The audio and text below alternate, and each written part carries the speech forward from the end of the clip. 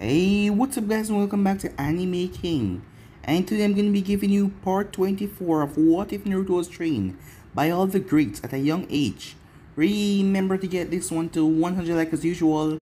Share this to all of your friends in your social media platform. And also guys, go ahead and check out the brand new episode of What If Naruto Was, the direct descendant of the sage, and enjoy that guys. And remember, if you're new and this is the first time you hear my voice, and you enjoy the videos on both Anime King and Anime King 3, go ahead and click that red subscribe button and become part of the Anime King family. And thank you for all of your help and support. Remember to comment down below and tell me if you're new, I'll be replying talking about to all of you. So yeah, without further ado, what do you say begin this new episode? Start the intro.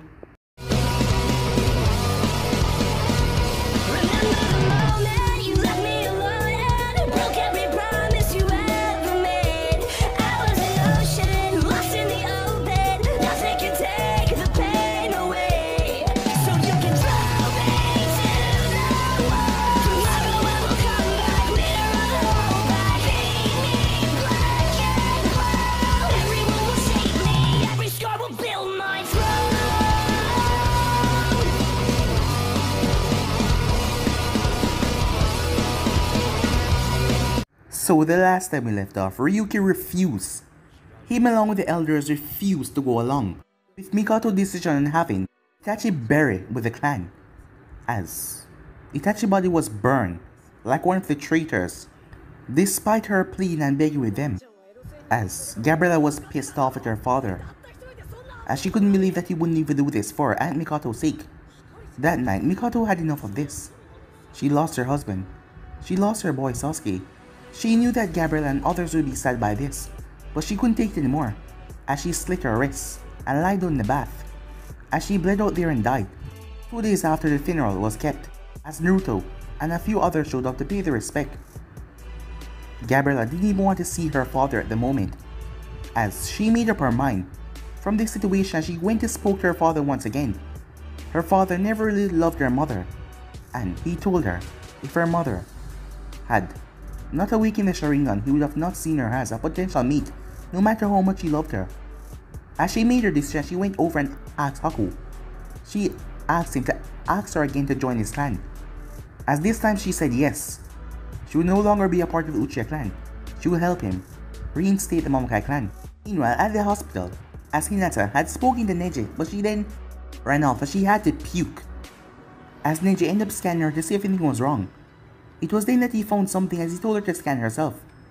Hinata was beyond surprise, shocked. She was pregnant. As she went back to tell Naruto, who passed out after hearing the news. But he was happy. He was delighted to find that he had a child on the way. But that just meant he had to quickly end the Akatsuki once and for all. Kiba and Kakashi was still on the search for the guy that was able to produce lightning, as Hayashi and Kushina spoke to them.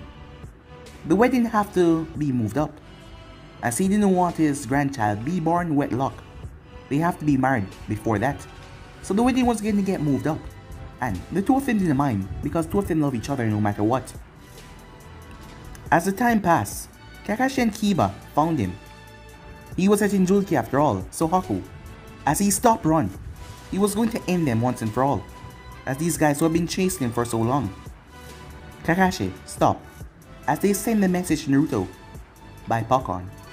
As Kakashi waited, as Naruto made his way along with Yujito, as he vanished as Kakashi had kunai there. Naruto also spoke to Jiraiya as he told him not to go to Hinrain after finding out about Nagato, as he told him that it was a direct order from the Hokage. But Jiraiya seemed persistent, but Naruto had warned him to not go there, as he didn't believe that things would end wisely. So with that, Naruto and Yujito arrived. As Naruto wanted to speak to this guy, so he told Kakashi and Kiba to hold back, as he didn't want the guy to think that they were coming after him to capture him. So yeah guys, so basically that's where left off. You guys can switch across the PlayStation Store for yourself. So what is to begin this new episode? Naruto and Yujito were walking up the hill. The guy was watching them from the top of it. They were about 50 yards away from the top, when a pair of lightning bolts slammed down in front of them. That's far enough, the stranger said, as he looked them over carefully. He looked towards Naruto. You smell a little of fox. He looked towards Yujito. Smell strongly of cat. Yes, said Yujito. And you stink of wolf. as Naruto felt left out and he wondered why was he able to sniff Gaara when he had the Kyuubi.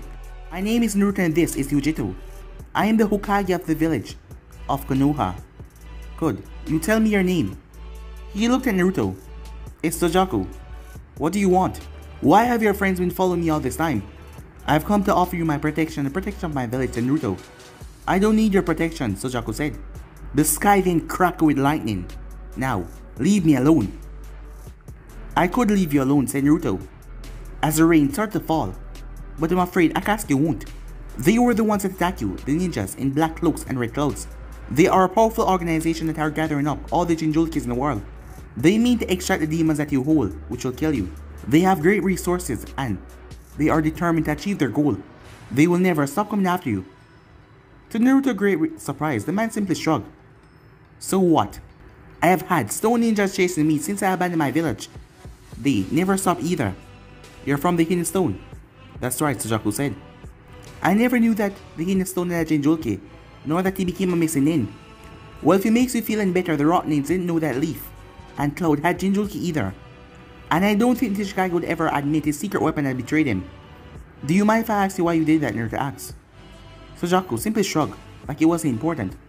I was kept in a secret Anbu base, always under Anbu watch, and I was always isolated from the village. I was too valuable to be released and given any sort of freedom.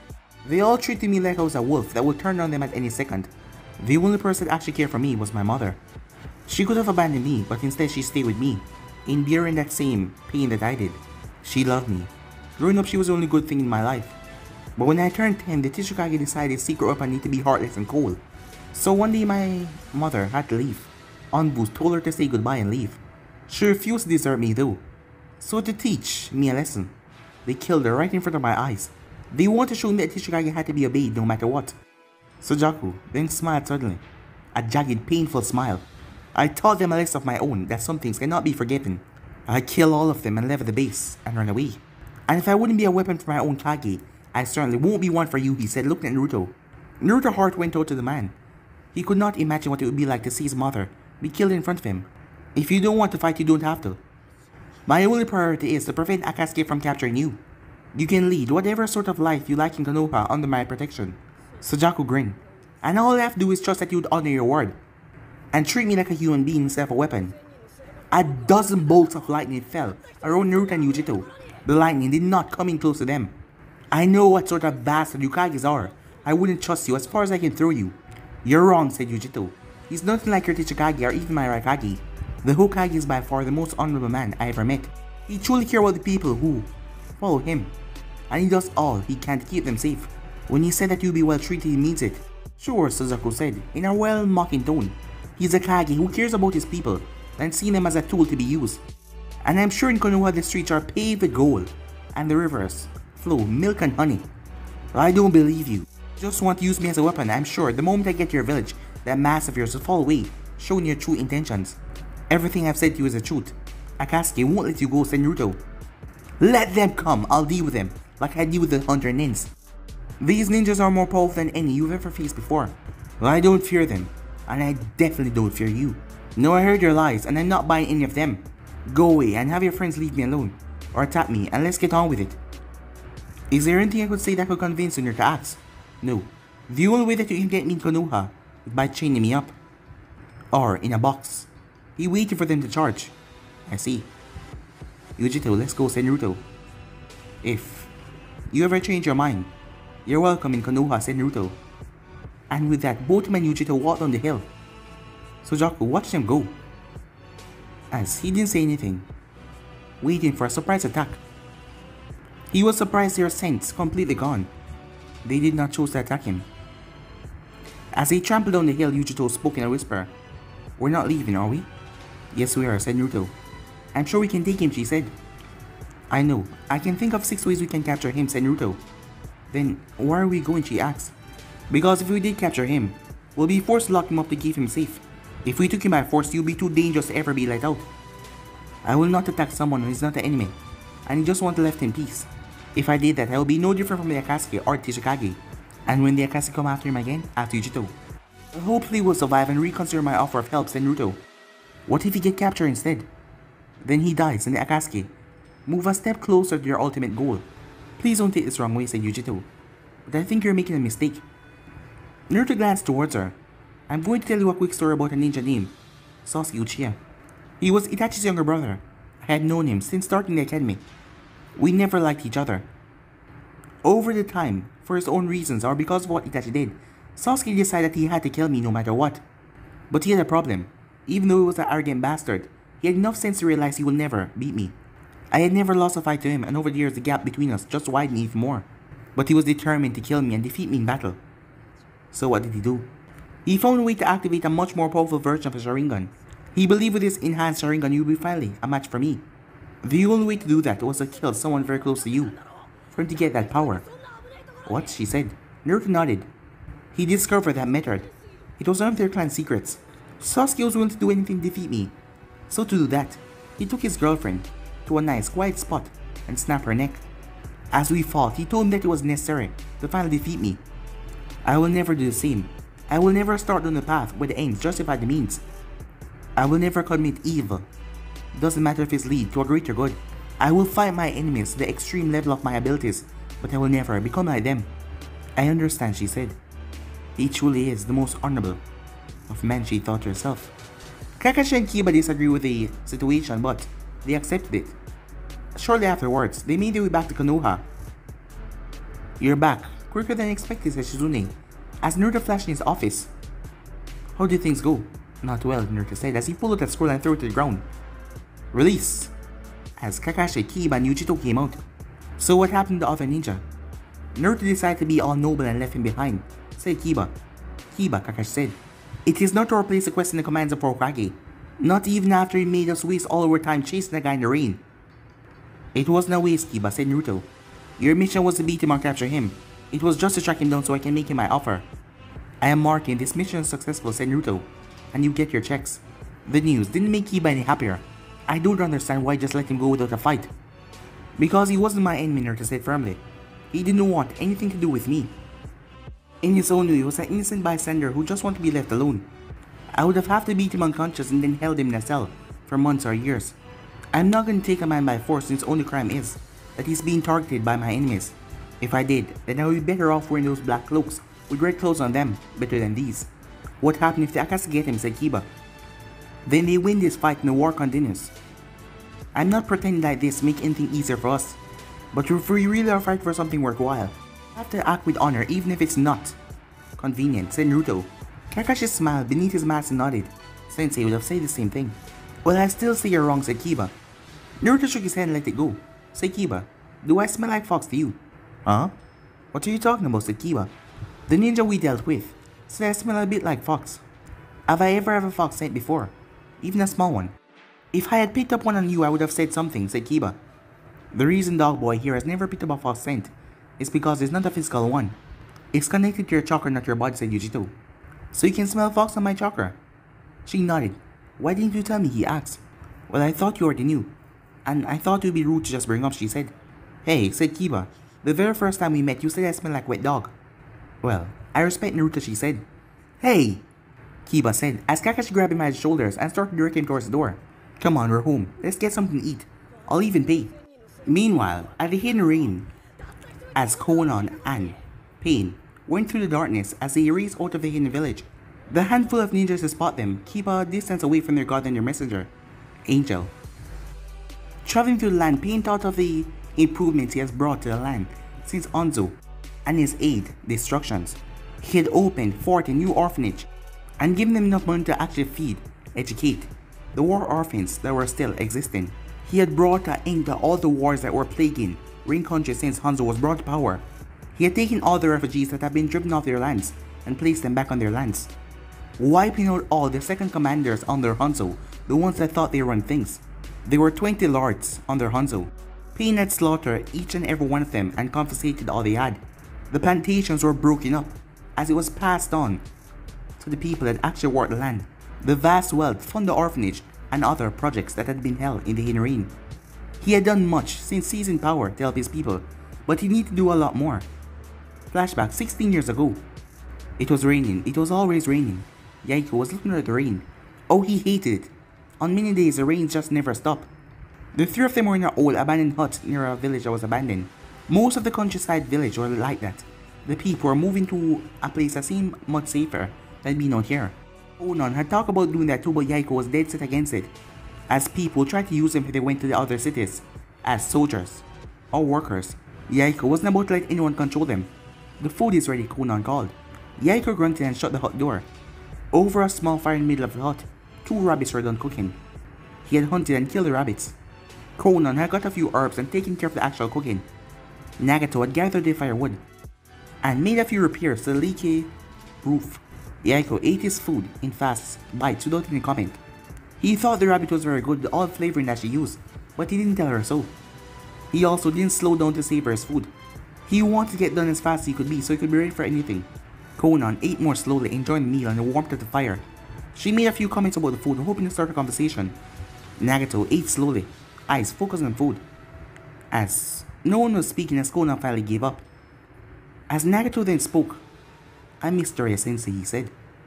His 2 friends looked at him, Konan with sympathy and Yaiko with annoyance. "Forget about Jiraiya," Yaiko said. "He left 3 months ago.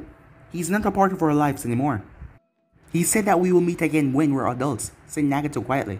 "And you believe him," said Yaiko. "How many times did he leave us by himself so he could do research, when we all knew that he was just getting drunk and finding a pretty girl? He always told lies whenever the truth was unpleasant for him. He damn well knew we will never see each other again. He just said that to make his goodbye easier on himself." "Well, I believe we'll see him again," said Konan. "Then you're both idiots," said Yaiko. "Don't you care about Jiraiya-sensei at all?" asked Nagato. "I will always respect him as my sensei and a great ninja. I will acknowledge he did more for us than anyone ever has. For that, he will always have my gratitude. But that doesn't mean that he wasn't lying to us when he said that we'd meet again. Jiraiya is a part of the past. We need to worry about the future." Nagato put his face down. "Well, I really missed him," he said, his voice cracking. Yaiko scoffed. "Are you crying?" "No," he said sadly. Angrily, Yaiko stood up and yanked Nagato to his feet. "You're crying again," said Yaiko. "What sort of pathetic ninja are you? Ninjas don't cry," he said as he shook him back and front. Konan grabbed his left arm. "Let him go.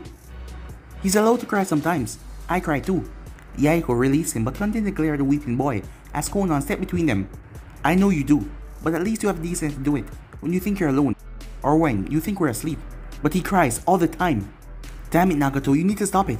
How are you going to survive in this world if you're always crying?" "But I can't help it. I feel so much pain all the time. I keep thinking about my family, my home, the people I care for like Jiraiya-sensei, or the people I had to kill for us to survive. I can't bear it all. I don't want to hear about it anymore," Yaiko snapped. "You're not the only one to lose his family or everything we care about. I happen to, Konan as well, and thousands of others. Your pain is nothing special. As for the people you killed, you had to. With your Rinnegan, you're the strongest of us. You need to use it without falling apart every time. You need to be strong. But I'm not, and I don't think I can be. I just can't stop caring. Then how the hell are you going to survive this miserable world? The world doesn't give a damn if you're hurting. The world is nothing but a savage jungle where the strong devour the weak. And if you're going to be weak all the time, you might as well lie down and die to save us all trouble." He was smacked hard across the face. "Don't you dare say that," said Konan. "We're all we have. We're a family and we need to take care of each other." "Apologize for saying that," she shouted, as Konan was really angry, but when she was. Yaiko frowned. "I'm sorry," he said, as he turned and quickly left. Konan decided to let him go to blow off some steam, as she hugged Nagato. "It's alright, Nagato. He didn't mean it." "I'm sorry for being weak," he said. "It's alright," she said as she consoled him. Time skipped. It was now night time as Yaiko was standing by a large tree. He didn't bother to turn around as he heard someone approach. "You need to work on your stealth techniques, Nagato." "I'm sorry," said Nagato. "You're always sorry," as Yaiko finally turned to meet the boy. "But it's never helped, does it?" "I'm sorry if you hate me." Yaiko walked over and placed a hand on his shoulder. "I don't hate you, not even one bit. I want you to be strong, because I don't want to lose you because of this world. You need to harden yourself." "I can't," said Nagato miserably. "I tried so many times, but it's just not in me to be hard. I don't know if I was cut out to be a ninja. Maybe you weren't, but that just means that Kame has one hell of a humor since she gave you such a powerful dojutsu. If I had the Rinnegan and your abilities."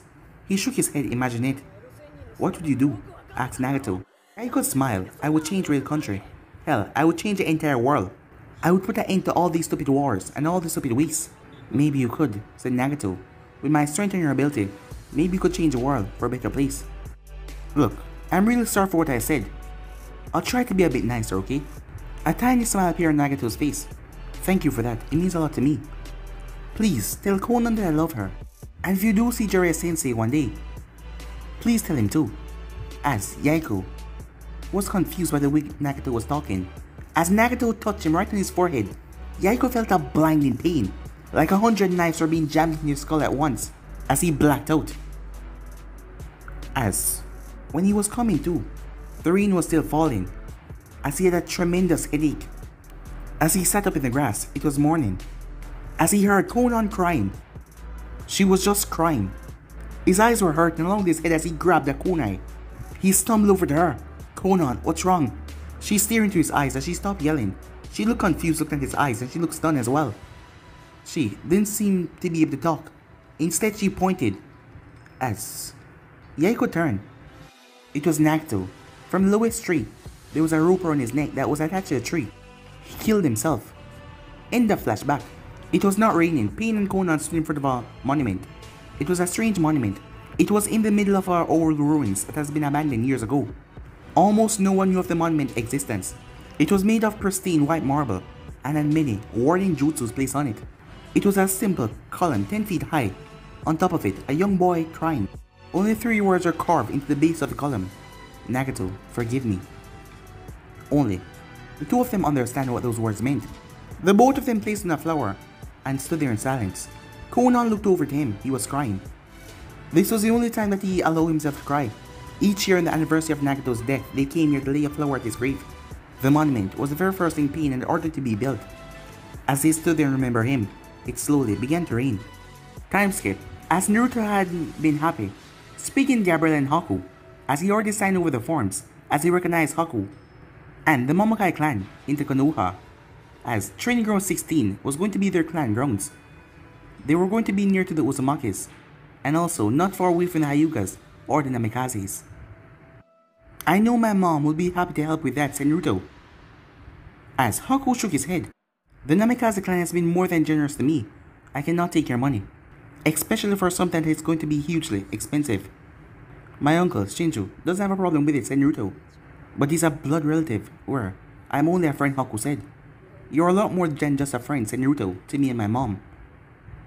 Thank you for that, but I still don't want your money, Haku said. Seeing that they've already done so much for him, I would like to help out, but I'm not popular with my clan right now, said Gabriella. Oh, said Naruto. My father and the elders wanted me to marry Haku as long as he became a Uchiha. But when I agreed to marry him and join his clan, he became rather cold, she said. They asked her to leave the Uchiha compound. Haku sounded a bit angry. They have not gone as far to disown her, but she's no longer welcome. It's not the entire clan, said Gabriella. Most of my clansmen are happy for me. It's only the leadership of the clan that is unhappy, which includes your father, Naruto said. She could only nod. Well, I had hoped the clan might be willing to give Haku a loan, but that's not gonna happen. You know, Gabriella, said Naruto with a smile. I agree with you. I think the Uchiha clan should help. Here, he says. He reached into his drawer and pulled out a check. This is for you. Think of it as a wedding gift. I have already said I will not take your money, said Haku. Oh, well, this is not my money, said Naruto. This is from the Uchiha clan. What, said Gabriella. As she took the check and looked it over. It has my father's signature. It's for 10 million Ryu. How did you get this? It's a payment bounty for Itachi, said Naruto. But you earned that money by killing him. I still can't accept it. Gabriella turned towards him. Haku, honey, we're taking the money. But, no but, she said. This new clan will have your name, but I'm just as much a founder as you are. Our children and their descendants will have the Sharingan and your bloodline. Since I am helping, it's only right that my original clan help found the clan a bit. As Naruto had a music on his face. Gabriella, you do know that Haku fall under the Clan Restoration Act and can have up to 3. She turned towards him. I know all about that law. We have already discussed it. Haku won't be having any other wives. Right, honey? Haku nodded. Yes, dear. She then turned back. Speaking of that law, don't you qualify under it? As a matter of fact, I do. Does that mean you plan to marry again after next week? No. I love Hinata with my entire heart, said Naruto. There could never be anyone else for me. Haku and Gabriella smiled. I know how it feels, Gabriella said as she looked towards Haku. Time skip. You know. This really sucks, said Kiba. As Naruto male friends, all of them were there in a bar. You call this a bachelor party, he says. He looked around. Naruto isn't even here. And there are no strippers, he said. Yush, I think this party is fine, said Lee. You would, said Kiba. Shikamaru sighed. You're really being troublesome, Kiba. Naruto said that he didn't want a bachelor party, so I thought we could just have a few drinks in his honor instead. But it's a sacred male tradition, said Kiba. Shikamaru shrugged. He promised me that I wouldn't have one, and Temari told me if I throw one, she would beat me with her fan. Shikamaru, you're completely and utterly whipped, said Kiba as he started drinking his beer. Maybe, but at least I'm gonna have sex tonight. Kiba started choking on his beer as the others started to laugh. As Kiba was going home, he ran to Jiraiya, who was with two beautiful ladies that looked to be in their mid-20s. So you ladies ready for a trip to the hot tub? Asked Jiraiya with a perverted giggle. Both women nodded. Hey, how do you do that? Said Kiba. As Jiraiya turned as he looked at Kiba. Were you talking to me, kid? Yeah. How do you get such hot ladies? As Jiraiya blinked. Don't you know who I am? I am the legendary Jiraiya, the Toad son of Mount Miyaboku, who was victorious, taking on 100 battles and come out on top. The student of the great Sartobi and Sensei, not one, but two Hokages. For me, women's fall like cherry blossom in windstorm. The blonde in his arm giggled. He took us shopping and got us a lot of nice things. Jiraiya deflated. As he just marched off with the two women, Kiba looked over to his faithful companion. Man, I'm gonna die a virgin, he said, as Akamaru winked in sympathy for his friend. Time skip, as the time was soon ready for them to get married. As Kushina's head was beaten, as she was pissed off. Uncle wanted to wear her same trench coat and skirt to the wedding, as her brother had to come and talk to her. Why are you still married to her again? Well, he says you're black of his head. You see, she does this thing with her tongue. Kushina covered her ears like a little kid and ran off. Meanwhile, Yujito stood in front of a full-size mirror. He was wearing a kimono that Kushina had got custom made for her. It was a gold, colored, with an image of a grey cat playing a ball of yarn across the front. She really liked it. She felt very strange wearing it though. She never wore a kimono before. She could not remember the last time she went out in public without anything but ninja clothing. As she started to have a fantasy of Naruto bursting through the door, seeing her in it, and suddenly started to kiss her because he couldn't resist it anymore. She then heard in her mind, Yujito and Naruto sitting in a tree, Kissing. Quit it, Nibi, she said. As noon approached, the guests started to arrive and take their seats. Many of them were friends and members of Hyuga clan. But seeing that Hokage was getting married, many important officials have to be there. As Neji and Tenten arrived together and sat down on the bride's side. Haku and Gabriella were already there, of course. Teiwai arrived. She was only there for the open bar, as Danzo came as well, and seated up near the front. Uchiha Ryuki arrived soon after, as he made a point to say a quick hello to his daughter and fiancé before quickly seating. He was careful not to look to where Danzo was. Lee arrived on his own. The best man came, the beautiful but troublesome blonde. Ino and Choji came together. She sent a frosty glance towards Temari, but otherwise she was in a fine mood. More people arrived alone and groups, until the seats were all filled. Meanwhile, Naruto was in a traditional black kimono, and pacing back and front until his mother entered the room. It's time, Naruto-kun. As she looked him over, he looked so handsome. Thanks, Mom, he said. She placed a hand on his shoulder. You don't need to be so nervous, my son. I knew that, Mom, but I can't help it. Kushina had to fight the urge to burst into tears. My baby is getting married, she said. Mom, I'm not a baby, he said. He paused as he hugged her. Thank you so much, he said. For what, dear? For everything. For taking care of me, for training me. For teaching me right from wrong. But mostly for loving me. All I am is because of you and your love. Oh, my son, she said. A mother love should be the one thing in this world that everyone should know. You don't ever need to thank me for that, Naruto-kun. Just having you in my life has been the greatest joy I ever know. No, come on, she said, wipe now with the tears. Before your silly mother makes you late for your wedding. Time skip. It was exactly noon. The band started to play the march. As they were in the rose garden with the arch being placed with the chairs on either side. As the music began, Hyuga Hayashi led his daughter down the aisle. As Naruto was there, with Shikamaru and his mother, Alisa was standing by in a pink kimono with a pillow holding up two rings on it. As Hinata had a bouquet of red roses, as she was in a pure white kimono, as Ino was holding up the end to stop it from dragging along the ground. As Hinata's hair had been put up, her makeup only made her beautiful eyes stand out even more. As she looked like an angel who had come to earth as Naruto saw her. He honestly wondered whatever he had done in his life to have such love of an amazing woman like her. As she walked, all she could see was him, so handsome, so kind. As, to this day, seeing him made her heart flutter, as she loved him so much. As Hayashi took his daughter's hand and placed it in Naruto's when he reached the end. As they turned to the priest. Smiling, the priest took out a small cup and filled it with ceremony and sake. Sharing this drink as the two of you was sharing life, joy, and hardships. He handed the cup to Naruto took a small sip. As he passed it, Hinata also sipped from it. Have you come here to devote yourself to another? From your own free will? Yes, Naruto said. Yes, said Hinata. The priest looked out. Can any here give just cause, while these two should not get married? If anyone would have said a word at that point, Kushina looked like she would have just killed them on the spot. Satisfied, the priest turns attention back to them. Do you understand that the vows you say today are spoken before coming, and all those who have come to bear witness? Yes, yes, the both of them said. Then speak the vows, and speak only the truth. Smiled on Alice and Naruto took the smaller of the gold rings, as he carefully slipped it onto her finger as he spoke. My wife, in sickness and health, I promise I will always love you, respect you, console you, be faithful to you, and protect you. From this day on till the day of my death, this I do, I swear. With her hand trembling slightly, she took the other ring and placed it on her finger. My husband, in sickness and health, I promise I will always love you, respect you, console you, be faithful to you, and protect you. From this day on until the day of my death, this I swear. The priest raised his hand, may Kami grant you the blessing of happiness, children, and love. May your union be long and everlasting. And now I declare, your husband and wife, you may kiss your bride. Naruto happily did so. May I present to you, said the priest, Namikaze Naruto, and his bride, Namikaze Hinata. As everyone started to cheer, they broke their kiss and looked into each other's eyes. I love you, Naruto. I love you too, Hinata. And with that, they kissed once again. With the ceremony being completed, the bar was open. As a couple of people get there quite quickly, Kiba and both Jiraiya were laughing. Sake, the both of them says they knocked their cups together. Hey kid, I remember you from last night, said Jiraiya. Yeah, I remember you too, Jiraiya-sama. Pretty sad, that old guy like you having to bribe woman to be with him. Maybe, said Jiraiya. But still not as sad as a guy complained to his dog that he's a virgin.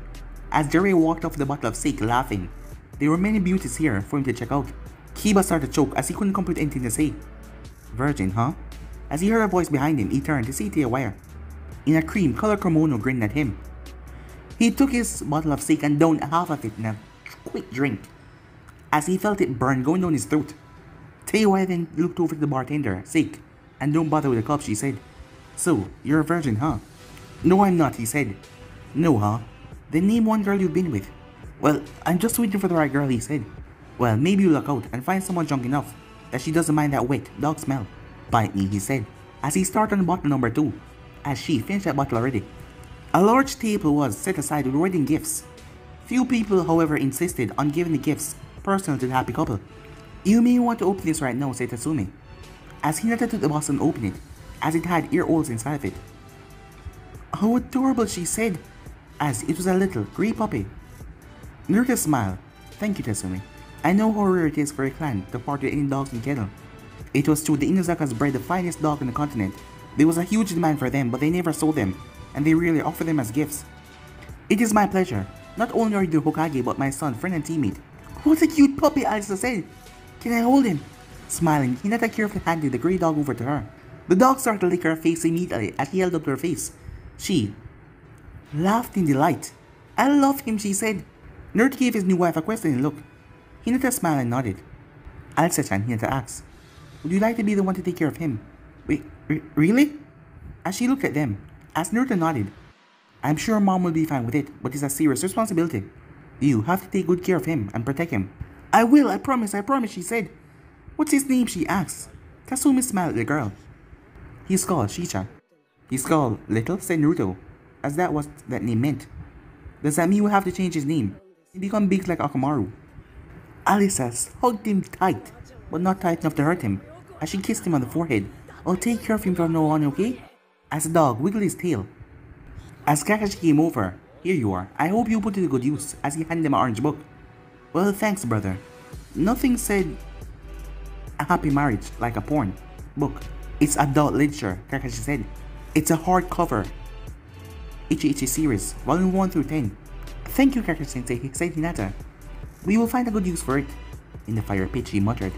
All of their friends came over personal to them. As the meal was served, Kushina was surprised that Uncle was not drinking. Uncle, I'm surprised to see you not having any sake, as she was drinking tea.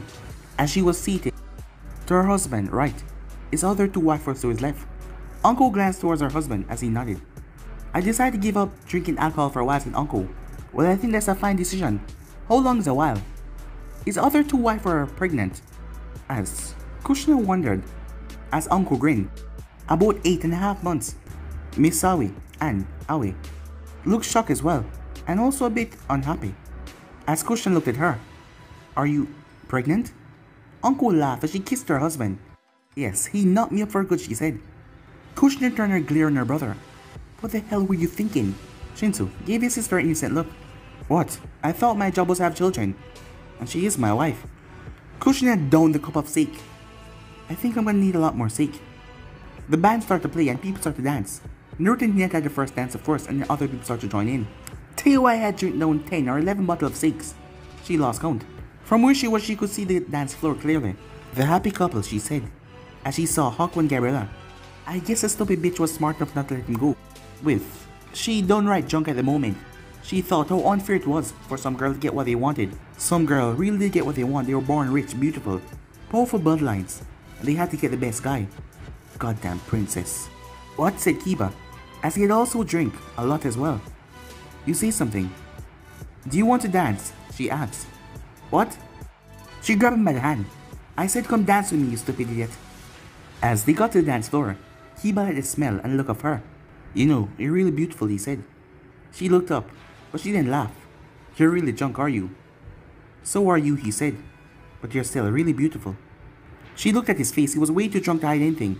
He wanted her and he wanted her badly. Normally, she would shut him down, as his hand was going really close to her ass.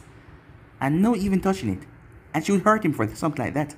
But at the moment she wanted to be wanted. Kiba, want to know my secret, she whispered.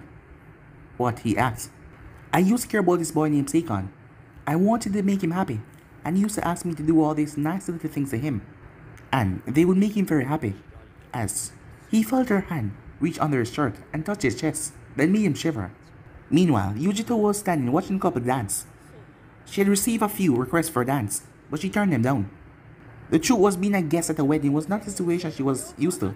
She wasn't completely comfortable in social situation like this, but it felt kind of nice.